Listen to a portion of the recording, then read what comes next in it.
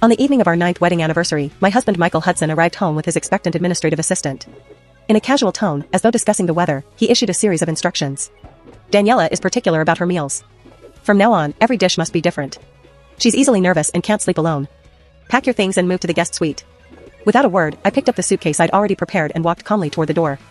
The housekeeper tried to intervene, but Michael scoffed. Let her have her little fit. She'll be crawling back within 3 days. His words triggered a burst of laughter. Right before me, they placed a $20,000 wager, betting I wouldn't last the night before begging Michael to let me return, like a desperate stray. What they didn't know, a Maybach was already waiting for me outside. This time, I was truly leaving. As I stepped through the villa gates, Michael called after me. Ashlyn, leave your family heirloom bracelet. Daniela's been having nightmares, and she needs it more than you. My body froze. That bracelet was the last thing my parents had left me. When I turned to face him, Michael saw the tears in my eyes but remained unmoved. Name your price, he said. What was 9 years in a loveless marriage worth? I didn't bother calculating. All I remembered was the last time I'd refused Daniela a trivial item. Michael had left me stranded on a mountainside in sub-zero temperatures. Gulping back emotion, I unclasped the bracelet and placed it on Daniela's wrist. May your child be safe, I said softly. To my surprise, Michael offered a faint show of mercy.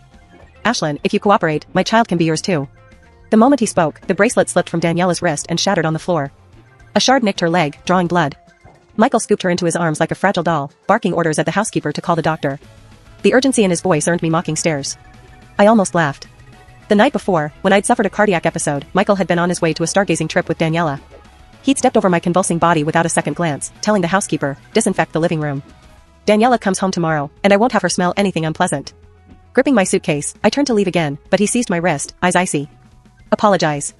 Before I could protest, he shoved me to my knees on the shattered jade. Blood stained the marble as my knee scraped against the shards. Disgusted, Michael released me. You broke her bracelet and hurt her. The least you can do is apologize. Since marrying Michael, I'm sorry had become my mantra. Too bland soup? Sorry. A concerned text after he'd been drinking? Sorry. Stumbling on Daniela's hotel invitation? Sorry for invading your privacy. With blood in my mouth, I straightened and bowed deeply to Daniela, offering 3 hoarse apologies. Then I met Michael's gaze. Is that sufficient? His jaw tightened at the blood on my lip. Ashlyn, he sneered, your father's not here to protect you anymore. Who are you performing for? Before I could reply, the doctor arrived. Michael brushed past me, leading him to Daniela as if I were invisible. 2 days later, I woke in a hospital room, weak from the ordeal. Michael sat at the bedside, reviewing files. When our eyes met, he wordlessly offered a bowl of porridge. I shook my head. I can manage. He watched silently as I ate half the bowl. Any discomfort? He asked. I ignored the question. May I have my phone? His posture stiffened at my cool tone, but he called for the housekeeper to retrieve it. Scrolling through missed calls, I felt his gaze. Who's been contacting you? He asked abruptly, a question he'd never cared to ask before. Someone irrelevant, I replied flatly. He unbuttoned his collar, leaning closer. How long will you keep up this act, Ashlyn? I'm indulging you, but don't push it. Once, I would have scrambled to apologize. Now, I simply nodded at his buzzing phone. It's Daniela. At her name, his expression softened. He stepped into the hallway without a backward glance. The moment he left, my phone rang. Ashlyn, where are you? Did you change your mind about the meeting? No, something came up. I just need a few more days. A few days? What happened? I'm coming back. I cut him off, voice steady. Just give me time. When Michael returned, he caught the faint smile on my face, a smile he hadn't seen in years. Something flickered in his eyes, but he dismissed it. Work demands my attention. I'll visit tomorrow. But tomorrow came and went. Instead, mutual contacts sent me clips of him and Daniela, candlelit dinners, gala appearances, him grinning like a teenager as he paraded her around. The day I was discharged, Michael posted a 9-photo carousel, sunset hues, a hot air balloon, his hands cupping Daniela's face as they kissed. I commented, wishing you both enduring happiness and a healthy journey ahead. 10 minutes later, he called. I ignored it. As I left the hospital, passing the obstetrics department, I saw them, a nurse gushing, Mr. Hudson is so devoted.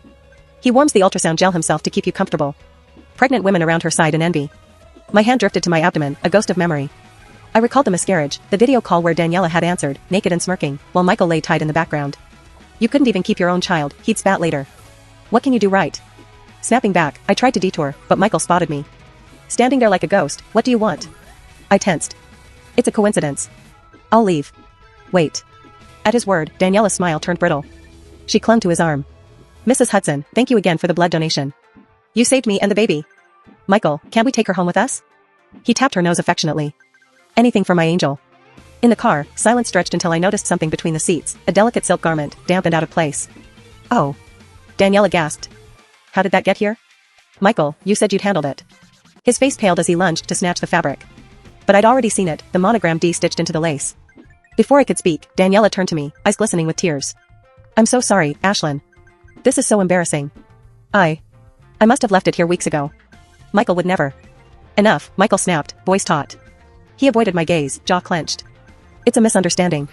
But the look in his eyes, guilt, panic, something else I couldn't name, sent a chill through me. As we pulled into the villa driveway, Michael finally turned to me, his tone clipped. We need to talk about. Before he could finish, my phone vibrated with a single text. I'm outside. The car is waiting. This is your last chance, Ashlyn. Daniela peered over my shoulder, feigning innocence. Oh? Is that your cousin? She's been calling a lot lately, hasn't she? Michael's gaze sharpened, lingering on my suddenly trembling hands. For the first time, I saw uncertainty in his eyes, uncertainty that thrilled me, just a little. Who is it, Ashlyn? He asked, voice low. I met his stare, holding the phone tightly. The past 9 years flashed through my mind, the broken bracelet, the blood on the floor, the coldness of his words. And then, for the first time, I smiled, not the apologetic half-smile he was used to, but a real smile, slow and steady. Someone, I said, stepping out of the car as the gates began to open, who remembers my name. His shout followed me as I walked toward the waiting car, but I didn't look back. As the engine purred to life, I glanced at the rearview mirror, just in time to see Michael sprinting toward us, face pale, as Daniela stood frozen on the porch. The driver met my eyes. Ready, Miss Carter? He asked. I nodded. But as we pulled away, a thought struck me. How would Michael react when he discovered the name on the car's registration? Or the fact that Ashlyn Carter had never truly disappeared, just been buried under a decade of Mrs. Hudson? And more importantly, what would he do when he realized the blood he'd so carelessly taken wasn't just mine?